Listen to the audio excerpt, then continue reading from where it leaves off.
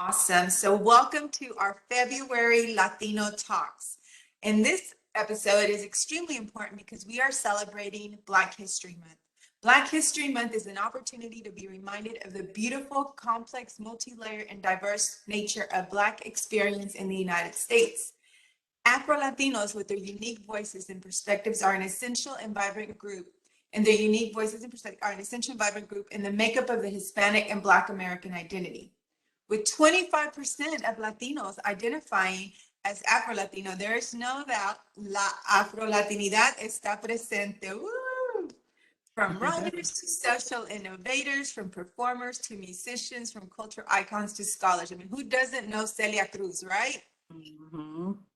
However, even though 73% of Afro-Latinos are US born compared to 65% of Latinos overall and 87% of whites, disparities in access to jobs, education, and generational wealth are very present. They are more likely to work in service occupations, which tend to pay lower wages.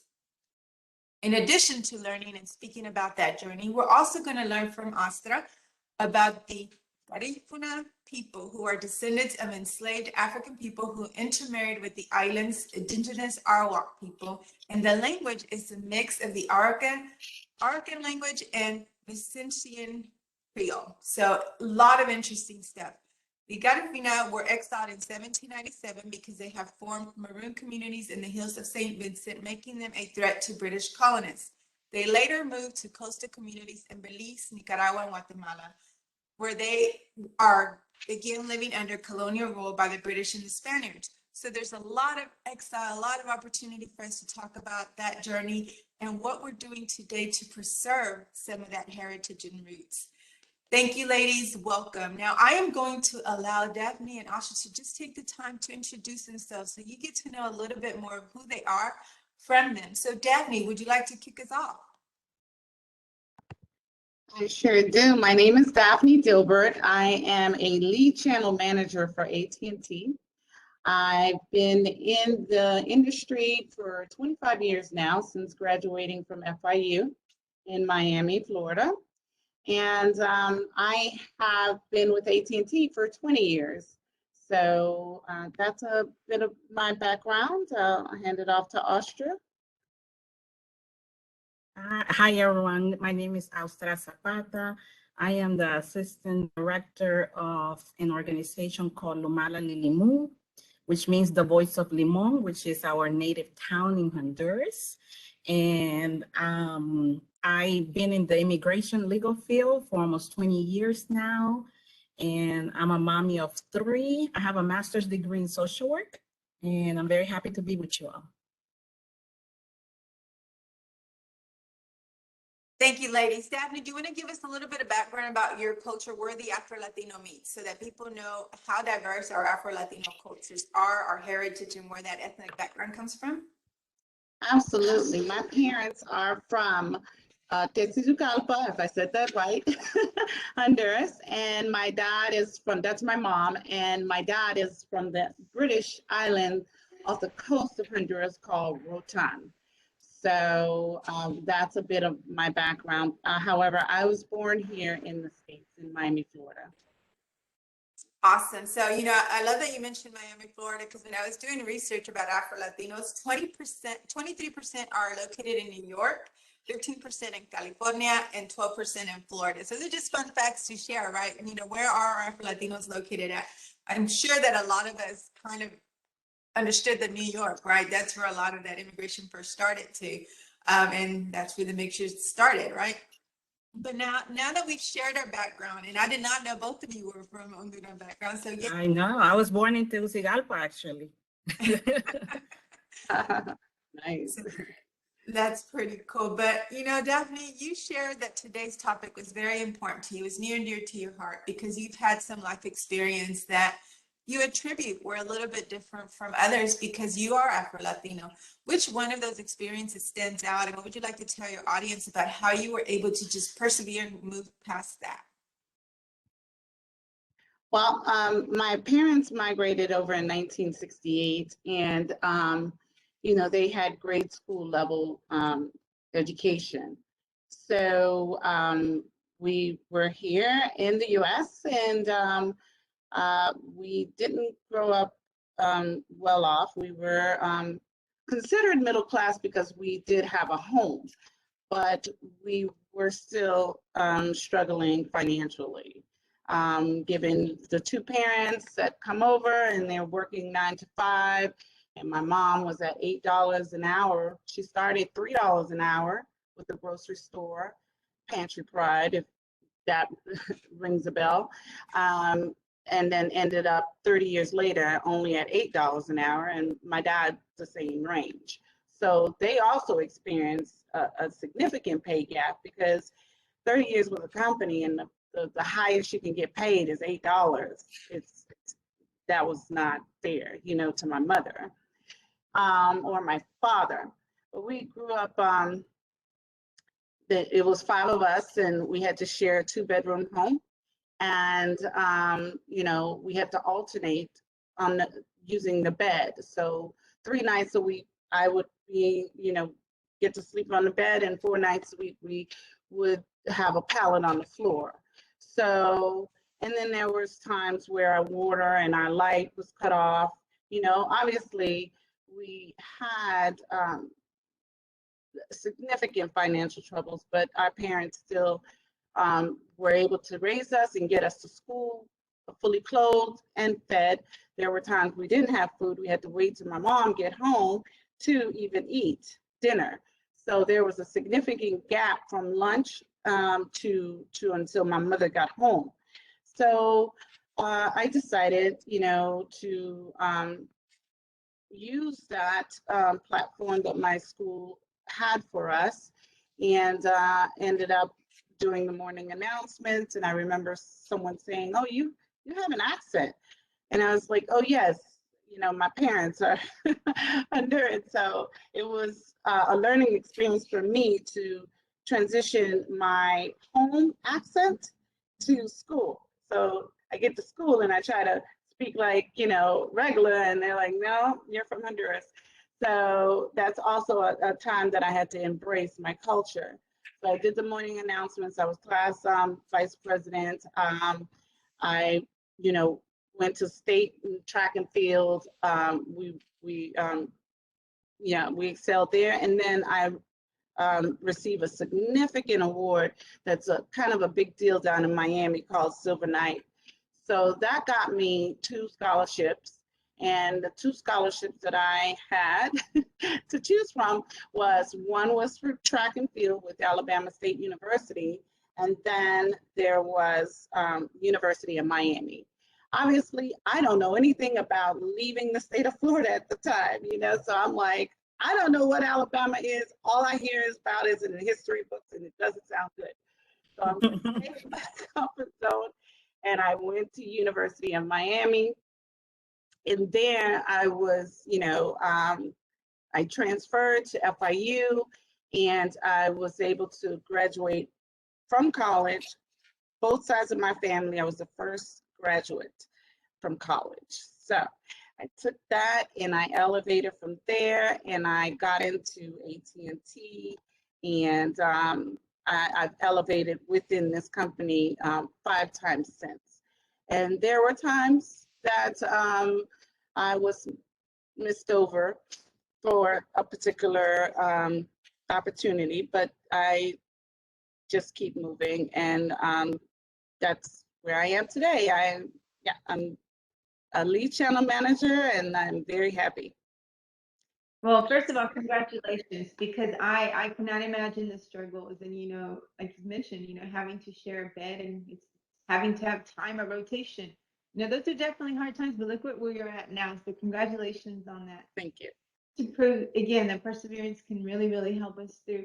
Now, Austra, I know we have some other questions for you, but your journey's been a little bit different. You mentioned you were born in Honduras. You want to just tell us a little bit about, you know, what you might have shared, you know, experience that you felt was different or attributed to you being, you know, Afro-Latina. Yeah, thank you. You know, it's yes, I was born in Tegucigalpa, Honduras, which is the capital. My parents are from the coast of Honduras, where most Garifuna people live in the villages.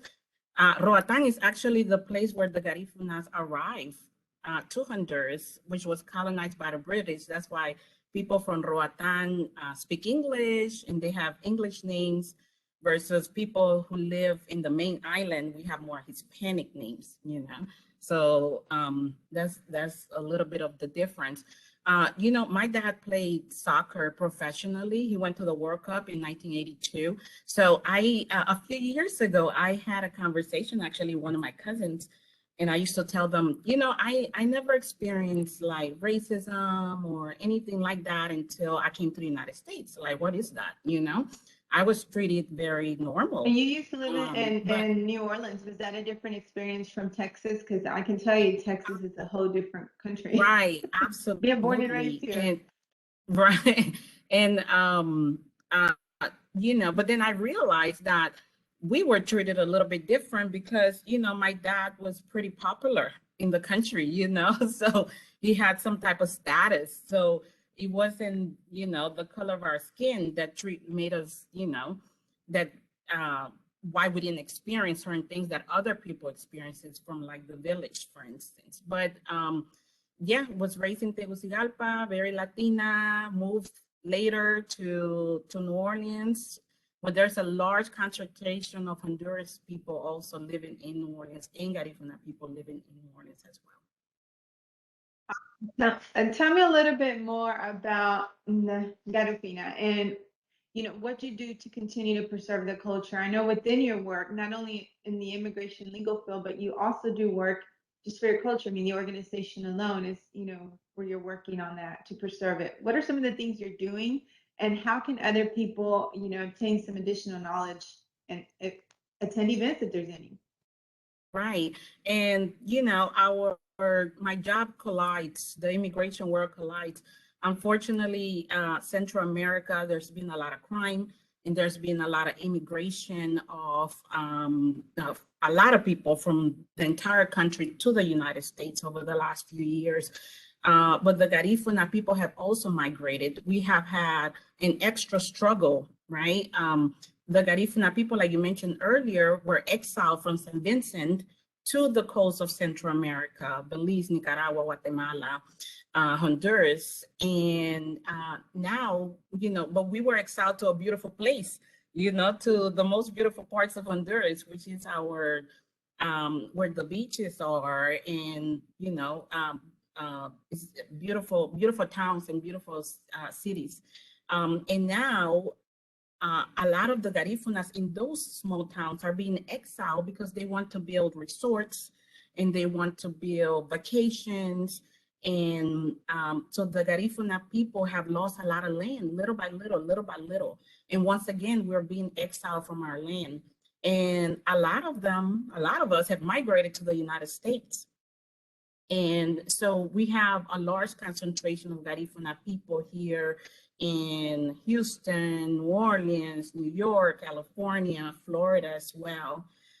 So what our organization does is not only to preserve our culture through our language, our food, the music. We're known for our drumming and very lively. We're very happy people.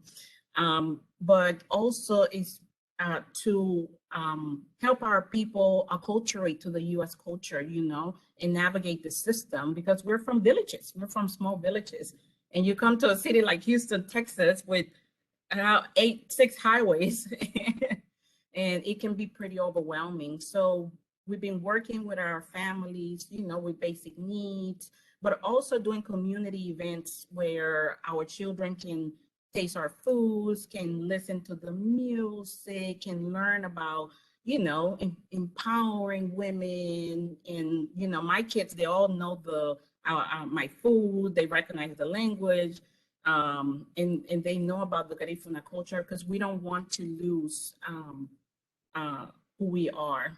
I want to say that we were recognized by the UNESCO as an indigenous group. So that's why there's a stigma from Garifuna people not wanting to be called Afro Latinos, you know, because we're very unique. We're not really mixed with anything. So we call ourselves Garifunas and not Afro Latinos, even though I'm very Latina, you know. Pero but yeah. Yeah, I think that's also very important. You know, one of the reasons I love to have these conversations is because I've admitted this a million times to all of you guys, and I like to share this because I've heard, feedback saying, Anna, thank you for being, honest about it. I was raised very ignorant too, as far as understanding ethnicities and everything. I had a culture shock going from a middle school that was not very diverse, and not very diverse in the sense not everyone was even Latino. So everybody always said, "Oh, so everybody looked like you." No, nobody looked like me, honey. I went to a predominantly white school with a little bit of black and a little bit of Latino. And then I get to high school where they merged two middle schools, and I was culture shocked. I went I went home and I told my parents, Mom, they were talking Spanish, but it sounded weird. And that's when I learned about Salvadorians and Hondureños. I'm married to a Guatemalan, so now I know even more, right? But I think this is very important because I don't like to tell people, well, you're just dumb, or to tell people, well, how can you not know that? Because I was there. I was dumb and I didn't know that. And it's okay. We learn by experiences, right? And one of those experiences is having conversations like Latino Talks, because I get to hear from you guys and share that with our people as well, our members. So anybody who has ever thought that way, or you were, whitewashed a little bit to not understand something, that's okay. That's humanity. That is our normal. That's how we grew up and that's how we were raised. And we can't change who we are, but we can change who we will become and how we understand people, right? As far as Austra's food, I can attest that that is some yummy food. I've had some of it. I love it. I love I love her. I forgot that you had. Yeah, I was sick one time and she sent me food. So thank you, thank you. But kids, and we'll talk a little bit about Daniel because he started his own clothing brand. So that's cool to share with people. But, you know, Daphne, we're talking about all these different things. So I'm sure there's times when you have reflection, right? So reflecting on life in general. Was there a time where you felt uncomfortable embracing either or? You didn't want to claim your Latinidad, or you didn't want to claim your Black identity.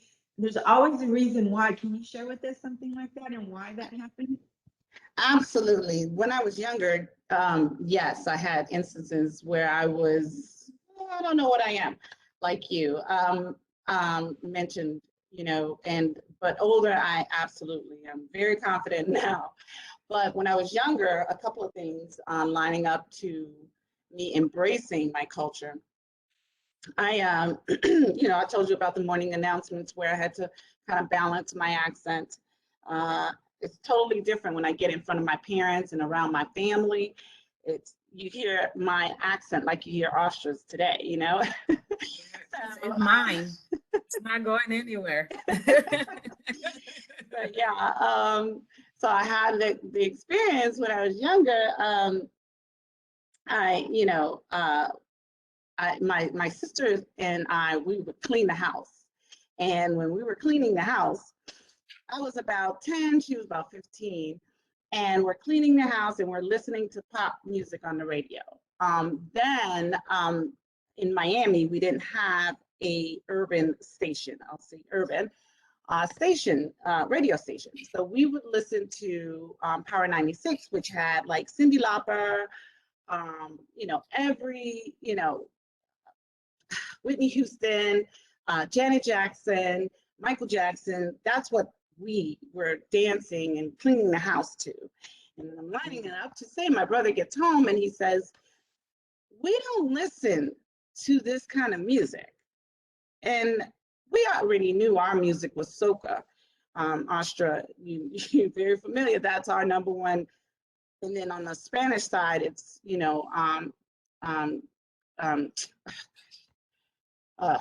merengue, bachata, and all the others, salsa. But on the island side, it's soca. So when he said, we don't listen to this music, my sister and I stopped and was like, what music do we listen to? And he goes,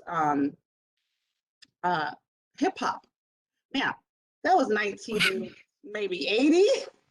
Hip hop had just come out and I was not feeling it. Neither was my sister. We were Christians and we did not like what they were spitting out at the time. So no, that's not gonna cut it. And then he introduced us to the very first Black radio station in Miami, WEDR, still exists.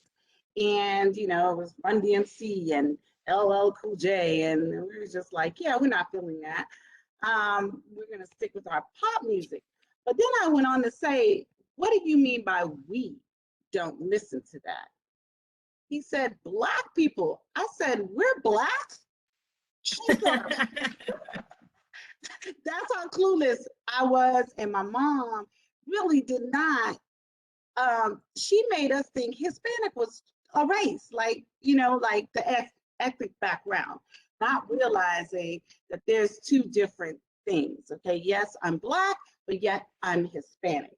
So that's when I decided at a young age to embrace everything.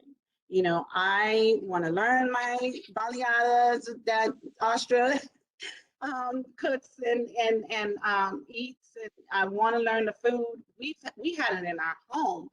Baleada is one of by far my favorite. And then also the any food. And then I learned all the music from soca to salsa to merengue, bachata. I am a fan.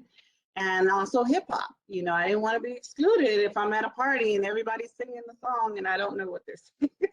So I embraced that culture part. And over the years, I had to explain to people when I say Honduras, they're like, oh, ¿tú hablas español? Nope, I don't speak it. My parents, when they got here in the 60s, they wanted their kids just to know English because at that time they were not proud enough. You know, they felt like we needed to be positioned as Americans, not understanding that that was going to later on not be beneficial for us. Beneficial for us right now is being bilingual, okay? So that was an injustice. I do understand it, and I continue to practice and learn it because, you know, we all should be bilingual, you know, and be able to communicate. And so me having to explain, no, my parents, and also the first language for them was English. They didn't people don't understand that on the islands, the first language is English. They learn Spanish. So it's like Belize. If you ever visit Belize next door, that's where my grandmother's from. It is first language is English, and you learn Spanish, and it's broken English at that. I'll end with this. My girlfriend that I grew up with, I've known for 40 something years, she would always say, what did your dad just say? Like every time he's speaking, the accent was so broken because he was one of 800 people when he was born on the island in 1934. So imagine that, you know, language barrier there. In addition, was the broken English. So I had to really, you know, if my friends called the house, they're like, some guy answered the phone and I couldn't understand what he was saying. And it's our culture and the English and learning our culture. And I visit twice a year. COVID kind of stopped me. I was not happy. I couldn't visit May in my birthday and in the first week of December like I do, or when I do need to go over. I had to go over for some business. My brother decided that he did not want to live in the US. So he established his business there 30 years ago. He's well off, so sometimes we have to go in for some business with him. So visiting there, I got to go to the capital, because normally we would just be in San Pedro Sula and then fly over the whole time. So talk about embrace, I have fully embraced. Love my country, love my people, and the skin I'm in. Thank you. I love that. And it's so true, right? Sometimes there's moments in our lives where we tend to like hide something. I will say that I've always been a very proud Spanish speaking Latina. And I remember in school when somebody would ask, does anybody know how to translate? I'm the only one raising my hand. And I remember all these people saying, I don't speak Spanish. And I was like, okay, sucks to be you, right? Because I love speaking multiple languages. But as adults, it's funny how they all got jobs where they had to be bilingual and they do speak Spanish now. Imagine that. But I think it does impact us, who we grow, around, who, I remember my parents never had to worry about, anything with immigration. So they would always tell me, speak up, stand up, don't let anybody talk down to you, or what have you. My grandparents were here, everybody was here. So it wasn't like a battle. And I didn't realize that back then, if I knew then what I know now, some people could not share their true background because they were afraid of certain repercussions and everything. So I was like, oh, I speak Spanish. It's so funny because my daughter's the same way. My boys girl listen to me speak Spanish and it's like, what? Where did I fail you, my child? But it happens. And another fun aspect of growing up was my dad is very white and blue-eyed. So people would come on, I was like, Anna, and they're whispering, I didn't know your dad was white. I'm like, go talk to him in English, see if he's white. Because he has a very thick accent. And it's so funny that you mentioned that, because they're like, he makes himself understood, but sometimes it's like, can you repeat that slowly? So I love that you shared that with us, because we all do have those moments where it's like, well, maybe I don't fit that box today, or well, and that's okay too, right? It's a learning experience. It's a time in life. I do know that today we want to embrace it all. We think to, society in general, the millennials that everybody's knocking. I mean, they have awakened a whole lot of things that are very positive. So shout out to them, right?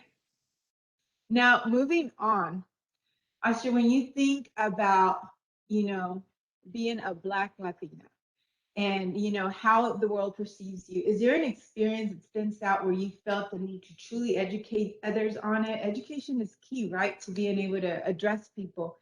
Is there an opportunity or an experience that stands out to you that you'd like to share with us? I'm definitely, I'm an advocate for my culture. So every time I purposely say I'm Garifuna so that you'll ask what Garifuna. But we have this experience. I recently actually went to lunch with a friend, and we were having lunch, and I could hear the waiter had like a thick accent. So I was like, I'm just gonna talk to him in Spanish, And I told him, ¿me puede pasar el limón, por favor? ¿Nos puede traer limones? Le dije yo, can you bring him lemons? And he like just looked. And then he kept talking in English, and I kept talking in Spanish. And you could see the confusion in his face. And my friend is just laughing because she already knows how it goes. Every chance that I get to talk about my culture, I talk about it. I am in corporate America, so most of the time I am a minority on the table. A lot of my people do not have higher education, unfortunately. So I found myself over the years sitting around very educational people, but I am the minority. I used to sit in staff meetings and kind of like do like a poll of what ethnicities we had, and I was always usually the only Black person or the only Black Latina there and sitting at the table. I can't think of a particular, I grew up in New Orleans too. So I've had instances since I was very little where they were like, where do you learn Spanish? Like, what school do you go to? I'll get that a lot when I was in high school. What school do you go to? Like, what class are you? Oh, we'll be in the bus waiting for the bus to go home. And they're like, what school do you go to? Like, what class are you in? What Spanish class are you in? Because your Spanish is really good. And I will often tell people I learned English. Spanish, I didn't speak any Spanish, any English at all when I came to the United States. So Spanish is my first language. Or when they see my name, Zapata, at the doctor's office, or, they're like, they call Austra Zapata and they just pass you right by because I don't look like Austra Zapata. Or, you must be married to a Hispanic person. Those are the type of comments that I get a lot, actually, because of my last name or my name. Just have a lot of little bitty stories. And again, first sight, a lot of people won't know that, right? Based on your feathers and your hair and everything. So that's very common. And a shocker when they hear you talking Spanish. I always got one. The most unique one I got was, oh, that's why you look different. I was like, so because I'm Hispanic background, Yeah, I've gotten them too. Like, okay. And you're like, in what sense? The interesting thing is that you get it from all over, you get it from the White, American people, you black, get it from the Hispanic people too. So get it. Oh, I love Luckily, this. my last name is Gilbert, though. So that's Yeah. Yeah. definitely an island that is name. different. And not with a G. So when I hear Gilbert, they're definitely from Honduras because it's just us. So that's very unique too. So lucky thing I don't have that. You mentioned, you're not Black enough or you're not Latina enough. And I hear that often. And I've always questioned why people feel the need to mention that or to share that. Or when you hear somebody speaking, I'll share my experience when they're talking about Mexicans this, Mexicans that. And I'm like, okay, I'm Mexican, right? And then the Right. responses, but not like you. What the heck, not like me? What is it? So I get that a lot. So I hear you and feel you. It's still one of those things. Like, what do you mean not like me? And then I wonder, okay, so am I not Latina enough? And Mhm. I know for Mexican Americans, a lot of times, Mexicans don't embrace us or accept us, but then, our American friends and family don't embrace us or accept us as well. So how about that share on your part? Do you feel like maybe sometimes you're not accepted by the Black community, even though you can totally fit in, or you're not accepted by the Latino community? Because we all know colorism is very much alive in Latin American countries. I mean, it's like our dirty little secret, right? We hide our Black population in a lot of these countries. And I was recently reading where in Mexico, we do have a lot of areas and spaces where Blacks inhabit, but they've been wanting to be counted in the census for years and fighting that battle. And it wasn't until only April of 2020 that was granted to them. Like, now you can be counted on the census as Black Mexicans. So how does that feel? Share that, Austra. Here, I see you want to say. I'm glad that you say the census, because my organization led the census here in Houston this past, and we want to be represented. Like I say, there's so many people migrating to the United States. We have our own dialect, so we need translators. I have Garifuna people. I've had my mom translate at an immigration hearing, because I have someone from my village who doesn't speak Spanish fluently, and recently we got some numbers that we had like over 5,000 people marked Garifuna or Afro Latino just in Houston alone in the 2020 census. So I'm very, very proud of that. And, when you say about not being Garifuna, not being Latina, even with my own Garifuna people, I don't speak Garifuna. Like, I understand it. I know sayings, but I'm not super fluent in the dialect. And sometimes they're like, you're not Garifuna, but I eat the food, I dance the music, I know how to cook, I know how to, but again, my parents moved to the city because they wanted a better education. And then they moved to the States to give us a better education. So yes, we were, Spanish was a priority, that we spoke Spanish properly, and English was a priority, that we learned Spanish properly. Even my grandfather, I remember when we arrived, he used to say, ya pica inglés, and I didn't understand what he meant, because all I understood, ya pica inglés, but I didn't understand that he was trying to say, do you speak English yet, And it meant that it was really important for them that we learn English when we came to the United States, So yeah, sometimes you feel like, okay, sometimes I'm in a meeting because I'm part of this organization, everybody's talking Garifuna, and I don't understand what they're saying, or I find also that a lot of like my Latino, Hispanic friends, I'm like, do they see me as a Black woman, or do they see me as a Hispanic? Like, you forget that I'm Black, Or sometimes that they might say comments, about African American people, and I'm still Black, 100% Black, like, just porque hablo español perfectamente, sorry, I speak Spanglish too, a lot. So that doesn't mean that I cannot relate to the sufferings of African American people, So certain comments may be a little bit offensive or delicate, to speak. We had an event at work one time, and the guards couldn't open the door, and they were like, "Can we go downstairs?" There was someone say, "I was like, can you go downstairs to like make sure you let the people in?" I was like, "You're not gonna send the only Black person in this office to open the door, right?" And so I politely declined, and and they sent someone else. But it's that kind of stuff that we have to be, a little bit sensitive about, because we can relate to a lot of different things. I can fit into a lot of boxes. Absolutely. And I bet you've heard somebody say something about you in Spanish, not knowing that you do speak the language. Oh, yeah, that happens a lot. Or someone who speaks Spanish trying to speak English, and then they're like, "¿Por qué me está haciendo gastar mi inglés? Why are you making me use all my English?" When they realize that I speak that I speak Spanish. My daughter gets it a lot because, Anaya, she's real wet. She's real light complected. So a lot of people don't know that she's, Latina. And she's like, "Mom, I look very Latino." And I'm like, "To me, you do, but Latinas are not in a box. We are Yeah. different, so it's very different." So people have talked to her about her in Spanish, and she turns around, she's like, "Hablo español," and I won't say the other word she says.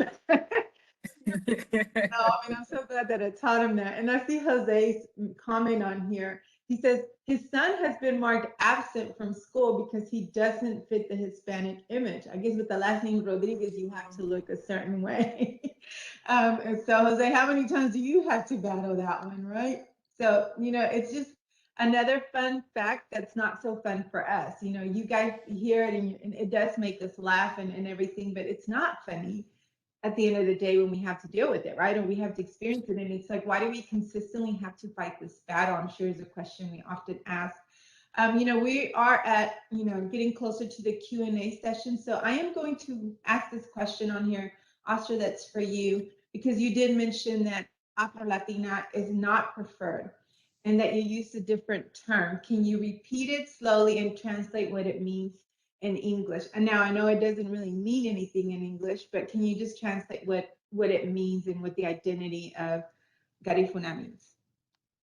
Yeah, so Garifuna people, because we are mixed African with Arawak Indian, I like to compare us to like the indigenous people in the Amazon. That's how I like we're very unique duo.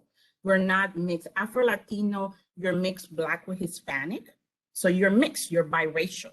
And that's the difference between Garifuna people and Afro-Latino. Even though we live in a Hispanic country, or most of us live in Hispanic countries, and we speak the Hispanic language, we are Garifunas. And for a long time, we did consider ourselves Afro-Latinos. But when we go back again to us being exiles from our homes where we lived since the 1700s, since before Honduras was Honduras, we want to make sure that people know who the Garifunas are, and this is our land, and this is our rights, and we have the right to be here. And that's why it's almost like we're making an effort to make sure that we identify as Garifuna people and not as Afro-Latinos. But like I said, I'm very Latina, so. Right. And it is traditionally considered an indigenous people overall. It's because they're indigenous to that territory, and it's kind of like Native Americans. They're not this or that. They're Native Americans because they're native to that territory or that area. So thank you for, explaining that to us, because again, I thought this was going to be a very great conversation for that. We don't know the background, and to have both of you be come from the same people, so to speak, it's amazing that we had that opportunity and conversation. Daphne, do you want to share anything before we move into our Q&A about just conversation in general, or anything that you would like to share with other people that are still struggling with identifying either or? I don't have any additional comments. My journey to me is, I wouldn't change anything. I love being Afro-Latina once again. And finally, it's a trend now, and people are aware of what it is. And we have our own term, Afro-Latina. That wasn't around when I was coming up. So yeah, it makes it a lot easier for them they're a lot more educated today, thanks to the millennium. So yeah, I'm totally happy, and I embrace my culture, and glad for the opportunity to speak. If anyone has any questions, I am ready. If anybody has any questions or just any thoughts for the ladies that you'd like to share today, I know Candelario, hey, my friend, I see that you put on there. Thank you so much for sharing. So powerful. And it is very powerful. You know, everybody's journey, when we can personalize it and personify it and then put feelings into it, I think it's a great share.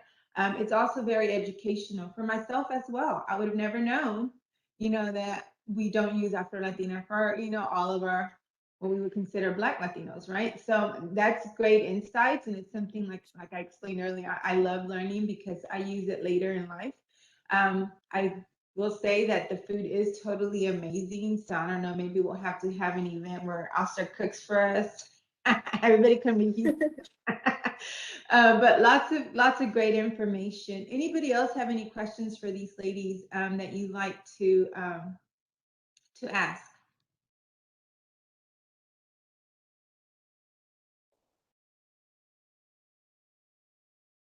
So I'm going to wait on some questions, but I'm going to ask right now.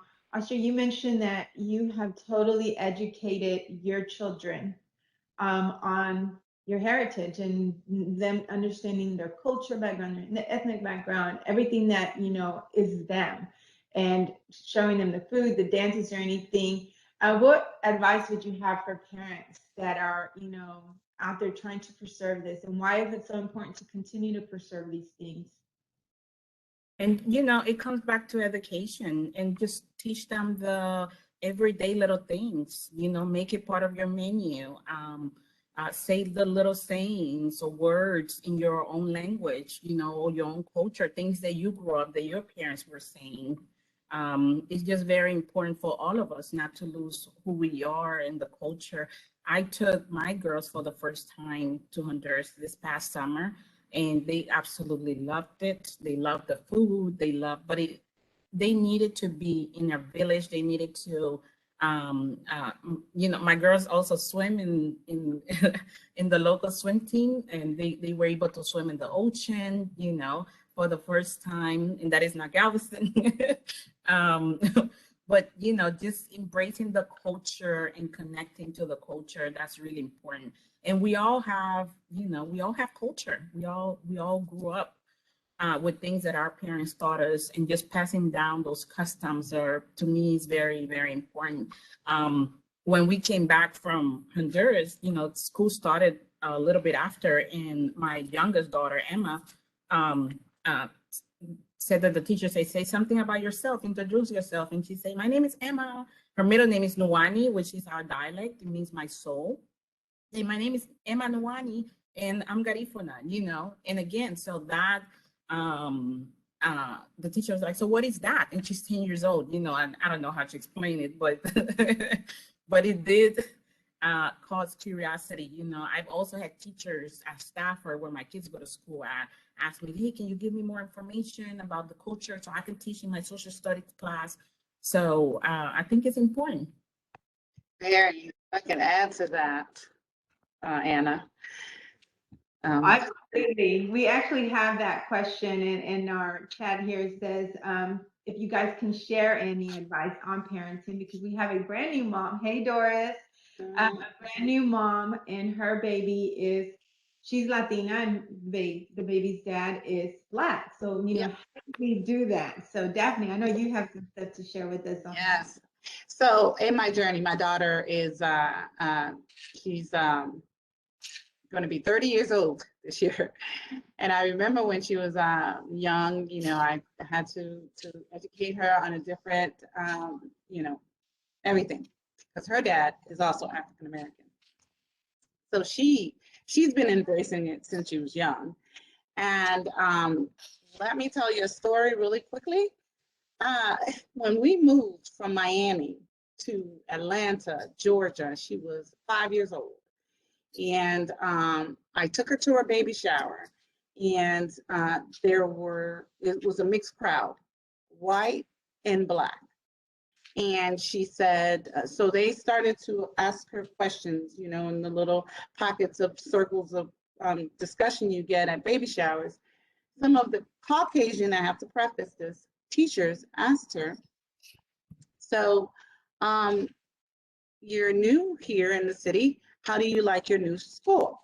And she says, I like it. I really like it. And I have a white teacher. True story.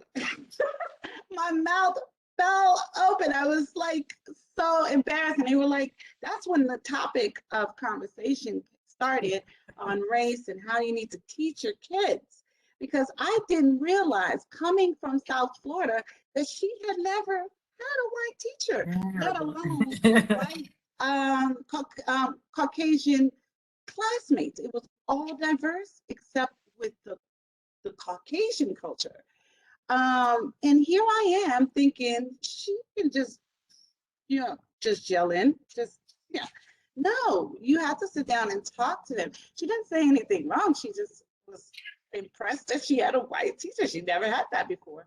Then she went on to say something else, and I was like, oh Lord, what is she gonna say now?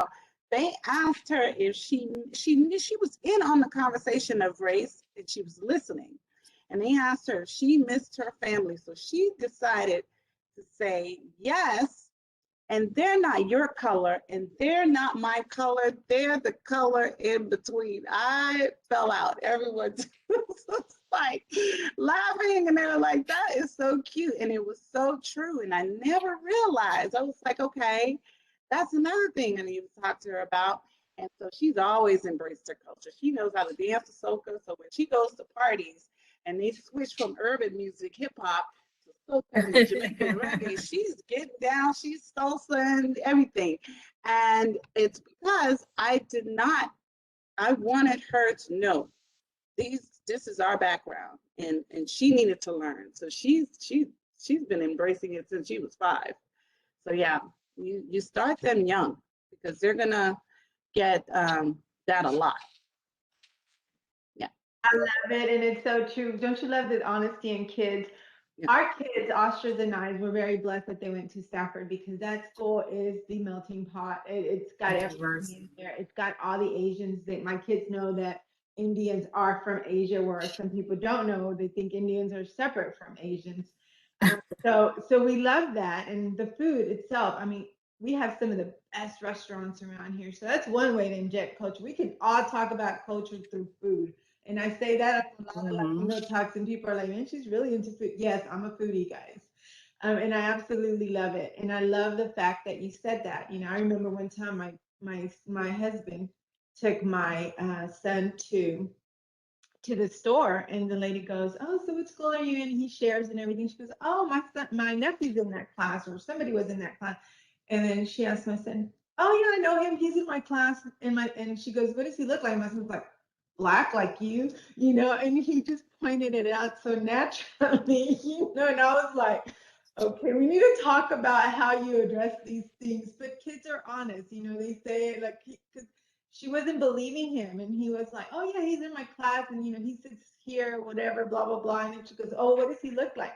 And then he said it, short hair, brown, I'm short, and black like you. Like that was his entire answer. Like, how do you want me to explain this to you? But it's so funny how kids are. That was I think pre-K or kindergarten, So it was like my husband was like, Anna, I wanted the floor to open up, swallow me whole. But at the same time, I think if we as adults were more comfortable talking like that, we can make a lot more progress. We can definitely move across that marriage. So we do have a couple of questions here, and we have a few more minutes. So the first one is, thank you for all the great insight. As a Mexican born in Mexico and raised in Oakland, California, I quickly saw how Black people were discriminated in both countries. What would you say is the best way to gain support from people of diverse backgrounds? Any one of you ladies want to take this one?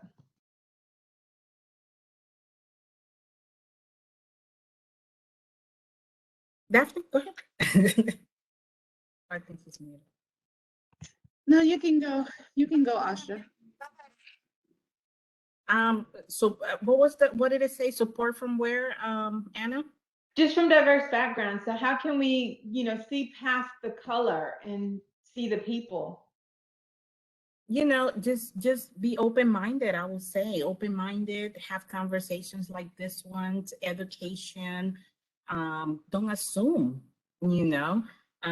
We have people, I was gonna say, we have people from, what is that country? You know, there's a, from the Middle East who have like Spanish like names, you know. We have Hispanics who look very Asian, you know. We just cannot be assumed, and just be open to speaking, asking people in a very polite way. Be kind to each other. Yeah, and it's only one race, human. So we just Right. need to remember that. And you know what, guys, I hear from a lot of my, Black friends, never tell me you don't see color. We do see color. Yep. But what's important is seeing past that color Oh. to the person as a whole, right? So we all do see color. I hope we do, unless we're colorblind, right? Then that's an exception. But we definitely do see color. I think, both Daphne and Austra mentioned education, education, education is key. Educate others. And take those opportunities where you feel discriminated against, where you feel targeted, to educate that person. I shared with you guys earlier when they said, when they're talking about Mexicans and just so freely talking about my gente and talking negatively. And I'm like, oh, you do know I'm Mexican, right? And then it was like, not like you. And I was like, all right. Do you want me to go there? Because we can go there. But, I think more importantly, don't get angry. Don't get angry. Right. Two wrongs is not going to make the right. It's not going to make them see. And I think conversation is key. If we have those conversations that are like this, where we just openly talk and share, then you're going to leave understanding at least one new thing, understanding how we can approach people and how we can talk to people. So that is a great question. Thank you, Augie. We have another question on here. In a world people say they are an ally, what does it truly mean to be an ally in your business world? What do you consider an ally, for our gente? Either one of you ladies can take this one.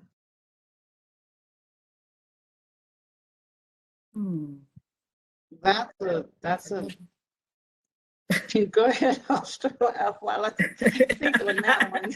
I'm still processing the question. Ally. Oh yeah. Let's see. My colleagues are amazing, so they're all my allies. So I've been truly blessed. In my early years, I didn't have that support. But as you grow in your career and your circle, and it helps that we're in 2022. You're gonna still find some ignorance out there, but if that is the question, who supports you? Yeah. And I'm fortunate to work for a Fortune 10 company that has a huge diversity and inclusion concentration, not just Black History Month, every month. Right. So, right, Anna? So. And that's what HACEMOS is. So I agree. It's really hard to just to just say what an ally should look like or what it is. But I will tell you this, an ally is that person that is standing up for us when we're not in the room. I don't want to hear you just stand up for me when I'm there. Stand up for me when I'm not there, when my voice is not being listened to. So I think that's a very important aspect of a true ally. If you guys hear a conversation that just doesn't sound right and it doesn't sit right and it's completely neglecting an entire, I'll just say people, because that's what we are, an entire people, speak up, say something. And, you don't have to know all the facts. You don't have to know everything, but just saying, hey, you just said kind of didn't sound too good to me. Why don't we approach it this way? So that's a true ally, somebody that's going to speak up for us when we're not there.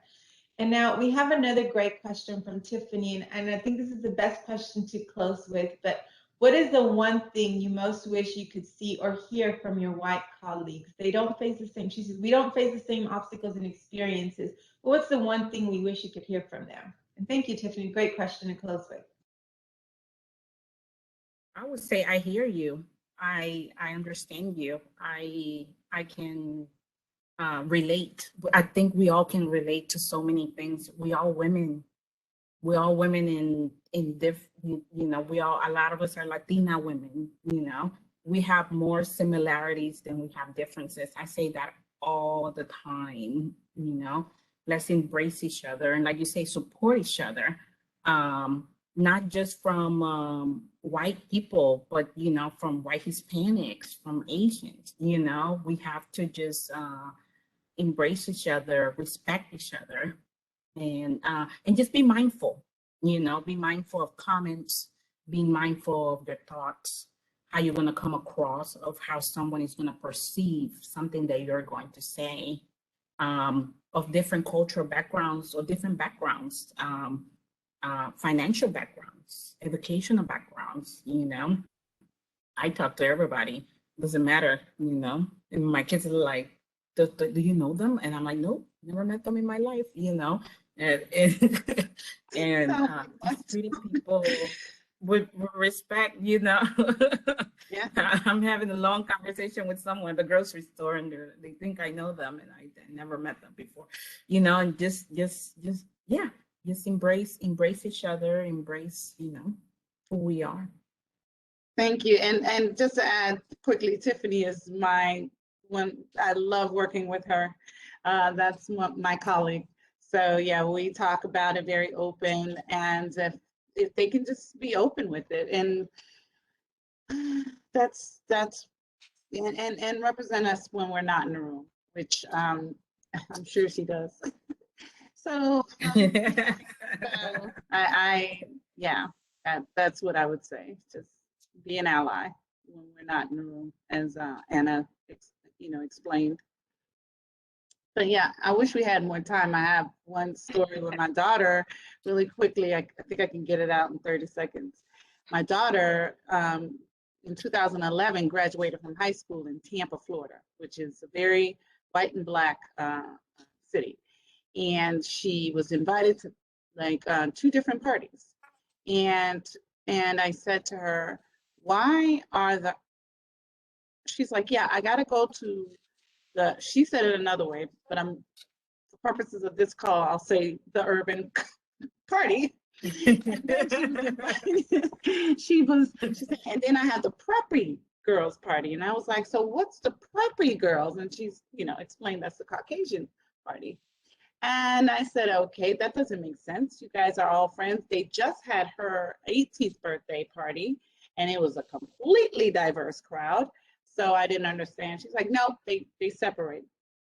And she goes to the party, and the girls ask her, the preppy girls, they started laughing amongst themselves, and they said, Priscilla, you don't feel funny? You don't feel different? And she's like, why would I feel funny or different? She's like, because you're the only Black girl that is friendly to us at school. And my daughter was floored. She's like, I don't see race. My mom didn't teach me to look at race, and it's only one race, human, is what I've always told her. She said, so I don't see the color. So, it's unfortunate, going back to the earlier comment, we've got to teach our kids this, because she was invited not to be inclusive, but she was included. But if we taught our kids all of this, it would have been a mixed party, one big party, So anyway, sorry, I took 2 minutes. Go ahead, Anna. Not a problem. It's time to wrap it up. I will say again, Austra and I were very blessed in that area with our kids, because our homes during the party, I mean, my kids had over 30 kids at our house. Austra can attest it, and I would cook for about 100 at every party, and it looked like the United Colors of Bennington each time. And we could not appreciate that more. And I think, Tiffany, to your question, have those open conversations. If you hear somebody make a comment, ask them, so why do you think that? Why? And then just explain to them, well, I'm great friends with Daphne, and this is what she tells me, and this is what I've learned just by asking. So to all of our allies out there, to all of our friends out there, keep sharing your stories, keep sharing your journey. Thank you for joining us today. A round of applause for these 2 ladies for being vulnerable, sharing their story, just speaking from the heart. I think it's a great conversation, and truly hope you enjoyed it. Don't forget to take the survey for us. And this video will be hosted on YouTube channel for HACEMOS once we get it all edited and everything, which I don't think we'll need much editing. Just cut it out, right? So thank you so much. Have a great rest of your day. And thank you, ladies. I'll stop the recording now. You're welcome. Thank you. You're welcome.